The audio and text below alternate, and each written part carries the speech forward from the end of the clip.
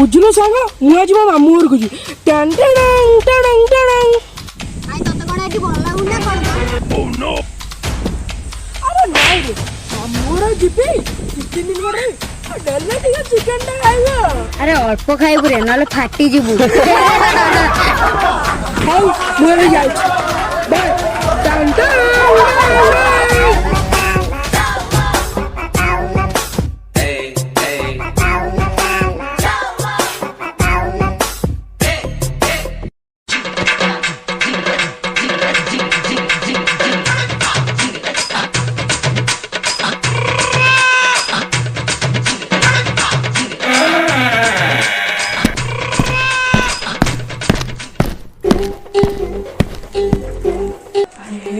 आगे सामना मु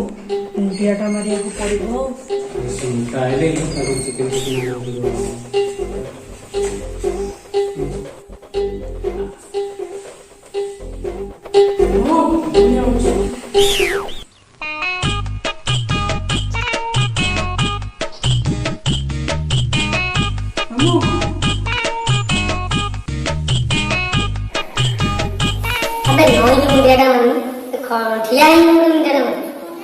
मामू आउ होनी एतिकी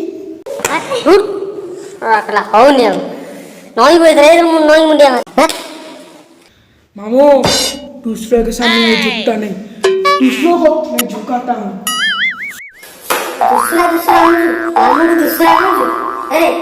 तुम मुखिया मुंडे जानो दूसरा मारे मुंडे मामू पड़े को उठो ना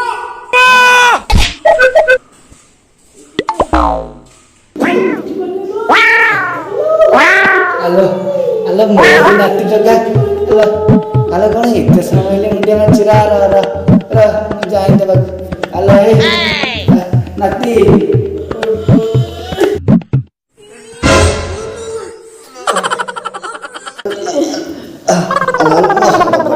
हेलो हो सोळा एठी कोन माध्याकर्षण शक्ती अधिक ना कोन बे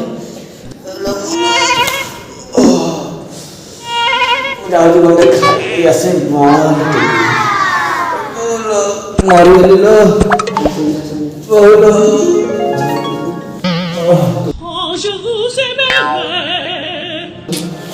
अरे नहीं क्या सो चले अरे भणदार की बुद्धि किलो केतोड़ा देखु मुंडिया मारजी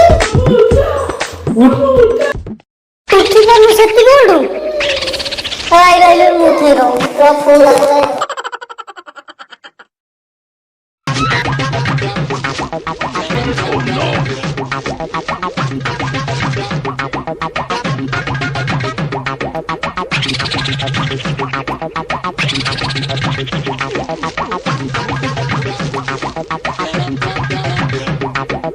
आई चिकन के लिए आने से वो आई तो मोटा क्या जो मोटा थोड़ा तो पकड़ा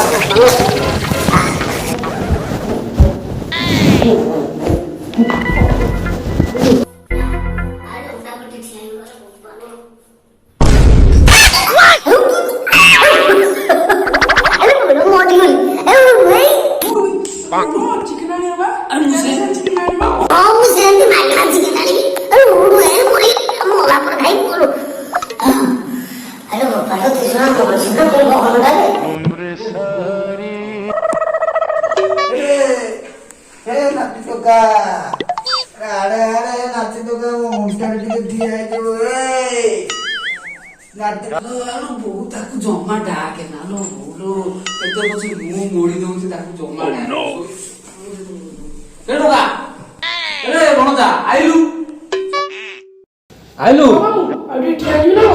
ठेल को तू जा मार्केट जा तो पे जा 5 चिकन आनी के आसी बोलू मोर को 5 चिकन हो आउ सारे ओडे किले आउ तरकारी ओडे किले ए 5 किले आउ दाज 5 चिकन आनी के 5 किले हां मामू तोना के 5 किलो चिकन आनी के मामू सबरा चिकन ना रखछि आइ कि बडा पोसई कइयो तू सत्तर 5 किलो ए मामू से बोले चल कथा कहबी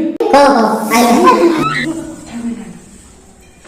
जो गणेश पूजा रे हम नाटी गणेश पूजा हम गणेश ହଉ ଯଦି ମୋ ନାତି ଟୋକା କହୁଛି ସେ ରହୁ। ତୁ ଆଇ କହିଲେ ତୁ ରହ, ତୁ ଯାହା କରୁଛୁ